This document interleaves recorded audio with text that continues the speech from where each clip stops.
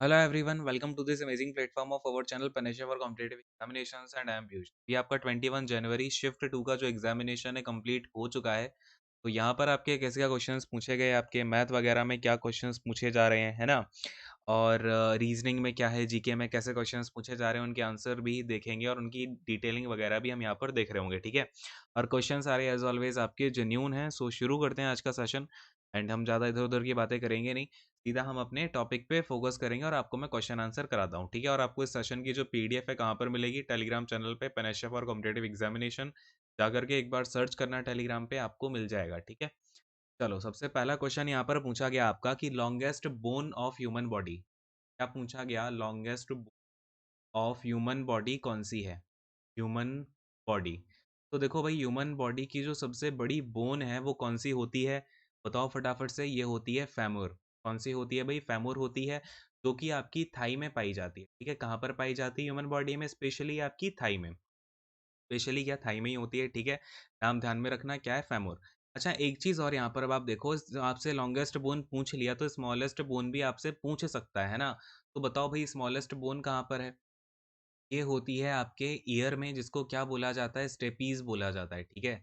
तो स्टेपीज जो होती है ईयर में आपकी बोन होती है और ये सबसे छोटी बोन है। अगले क्वेश्चन पे आते हैं, सेकंड वाला क्वेश्चन में आपसे पूछा गया था कि जो आपके कॉन्स्टिट्यूशन है, यानी आपका जो संविधान है, उसमें कितने पार्ट्स हैं, ठीक है। Parts of Indian constitution, Indian constitution. तो इंडियन कॉन्स्टिट्यूशन में कितने पार्ट हैं अभी, तो एज ऑफ नाउ कितने हैं भाई, आपके 25 पार्ट हैं कॉन्स्टिट्यूशन में, ठीक है। पहले कितने थे, तो पहले 22 थे और बहुत सारे बच्चे 22 करके आए होंगे, बट आपको 25 टिक करके आना था, ठीक है।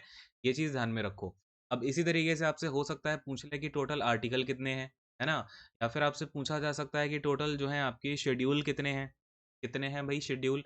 तो देखो, आर्टिकल आपके टोटल हैं एज ऑफ नाउ 448 हैं, ठीक है। और अगर मैं शेड्यूल की बात करूँ तो टोटल 12 जो हैं शेड्यूल हैं। ये चीज़ ध्यान में रहेगी, अच्छे से देख लो। और ये अपना जो इंडिया का कॉन्स्टिट्यूशन है वो सबसे बड़ा लेंथीएस्ट कॉन्स्टिट्यूशन है लिखा हुआ।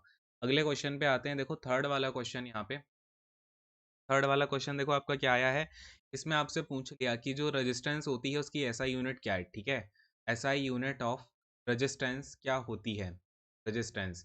तो देखो भाई, रेजिस्टेंस की एसआई यूनिट क्या होती है, ओम होती है। ऑल राइट, ओम को हम कैसे डिनोट करते हैं, इस तरीके से डिनोट किया जाता है। तो आपको या तो ये साइन दिया होगा या फिर ओम लिखा हुआ होगा। ये चीज़ हो गई। बाकी आपको इसमें एक दो क्वेश्चन और बन सकते हैं, आपसे ये फॉर्मूला भी पूछा जा सकता है कि रेजिस्टेंस इक्वल टू क्या फॉर्मूला होता है, तो वोल्टेज अपॉन का करंट, ठीक है। क्या होता है, वोल्टेज अपॉन करंट, यानी कि वी अपॉन आई। और ये कौन से लॉ के तहत हमें पता चलता है, तो ओम्स लॉ ही बोलते हैं इसको, ठीक है। अच्छा, ओम्स लॉ आप देख लो, ये क्वेश्चन आने की प्रोबेबिलिटी है क्योंकि वो यहाँ तक तो पहुंच ही गया है ओम तक। ओम्स लॉ भी पूछ लेगा तो इसमें क्या होता है ना, एट कांस्टेंट टेम्परेचर, यहाँ पे क्या होता है, किसी भी कंडक्टर में जो वोल्टेज है ना, जो वोल्टेज है वो डायरेक्टली प्रोपोर्शनल होता है करंट के।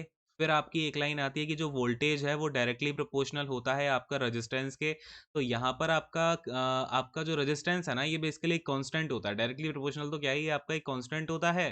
तो v इक्वल टू में आपका देखो, v proportionate to i, then v equal to में आई आर हो जाएगा, ठीक है। तो इस तरीके से आपका ये ओम्स लॉ होता है। क्लियर है, सभी को बात समझ में आ गई। नेक्स्ट वाले क्वेश्चन पे आते हैं, आपका क्वेश्चन नंबर 4 देखो। फोर्थ नंबर का क्वेश्चन देखते हैं।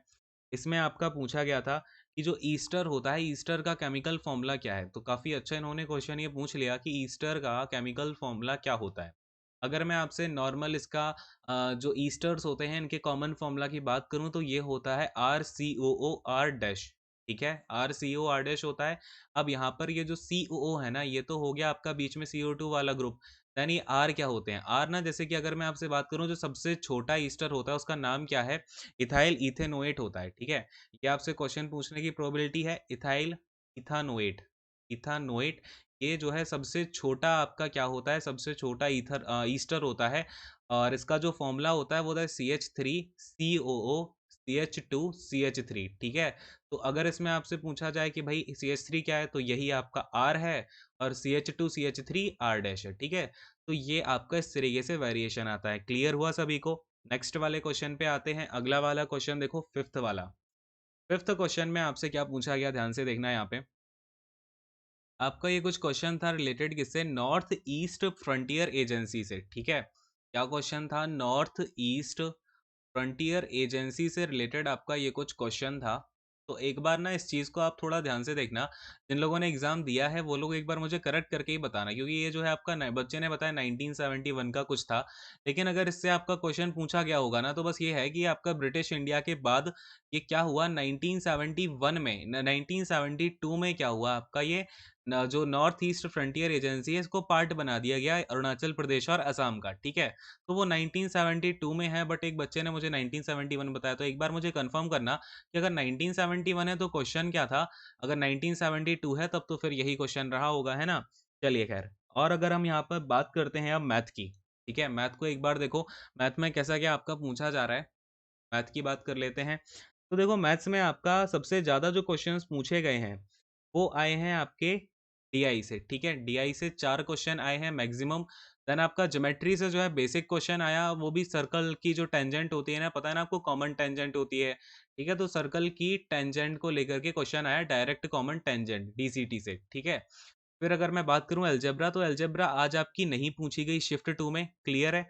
इसके अलावा आप देखोगे तो जो एस आई सी आई है ना वो अब पूछा जा रहा है। आप ये देखो, ये जिनका जितने भी मैथ के एग्जामिनेशन है ना, इन्होंने कहीं ना कहीं वेरिएशन दिखाया है, मतलब सारे के सारे टॉपिक में से आपको क्वेश्चन उठा के दे दिए जा रहे हैं। अब एस आई सी आई में देखो, एस आई सी आई से आज आपके 3 क्वेश्चन पूछ लिए गए, ठीक है।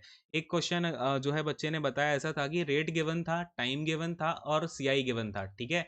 ये 3 चीज़ें क्या थी आपको गिवन थी। आपसे पूछा गया था कि इसका प्रिंसिपल क्या होगा और फिर इसका एसआई क्या होगा सेम टाइम और रेट के लिए, ठीक है। प्रिंसिपल और एसआई पूछ लिया। तो इस टाइप के क्वेश्चंस आपके देखने को मिल रहे हैं। फिर परसेंटेज देखो, परसेंटेज से भी आपके 2 क्वेश्चन आ गए। पी एंड एल आपका सुबह में नहीं आया था, पी एंड एल के 2 क्वेश्चन आ गए, ठीक है। और अलजेब्रा देखो, अलजेब्रा बिल्कुल गायब कर दिया इन्होंने इस वाली शिफ्ट से, जबकि अभी तक अलजेब्रा के 3-3 क्वेश्चन तो पक्का आ रहे थे, ठीक है। तो चीज़ें इस तरीके से ही मैनेज हो रही हैं। अब इन्होंने अलजेब्रा की जगह हटा के एसआईसीआई के 3 क्वेश्चन रख दिए, ठीक है। तो यही बात है कि आपको सारे टॉपिक करके जाने हैं। जो बच्चे ये सोच रहे हैं कि मैं ये छोड़ देता हूँ, वो छोड़ देता हूँ, ऐसा मत करना, ठीक है। सारे के सारे करके जाओ, क्लियर है। चलिए खैर, और मेंसुरेशन से भी आपके 2 क्वेश्चन पूछे गए, ठीक है। इस तरीके से आपका मैथ था। और अगर मैं रीजनिंग की बात करूं, तो रीजनिंग में आपका सेम पैटर्न चल रहा है जैसा सुबह में था, वही अभी है। ज़्यादा कुछ चेंजमेंट तो रीजनिंग में हुआ नहीं है। बाकी अगर आप कहोगे क्वेश्चन सबसे ज़्यादा कहाँ से आए हैं, तो कोडिंग डिकोडिंग से सबसे ज़्यादा क्वेश्चन पूछे जा रहे हैं। 5 क्वेश्चन आए हैं अकेले कोडिंग डिकोडिंग के। तो अच्छे से करके जाना कोडिंग और सीरीज, ठीक है। कोडिंग और सीरीज तो आपको करके ही करके जानी है, ठीक है। आप इतना तो बहुत अच्छे से कर लेना अगर आपने अभी तक कुछ भी नहीं भी किया है, ठीक है। चलो खैर, ये तो हो गया आपका आज का पूरा रिव्यू। और भी मुझे क्वेश्चंस जैसे ही मिलते हैं तो वो मैं आपको करा दूंगा, और नीचे आप लोग कमेंट करके भी जिनका एग्जामिनेशन हुआ है अपने क्वेश्चंस वगैरह बताओ, फिर मैं आपको आंसर वगैरह भी प्रोवाइड करवा दूंगा, ठीक है। तो खैर सेशन को यहीं पर एंड करते हैं। Thank you so much, god bless you all, take care, bye bye and all the best.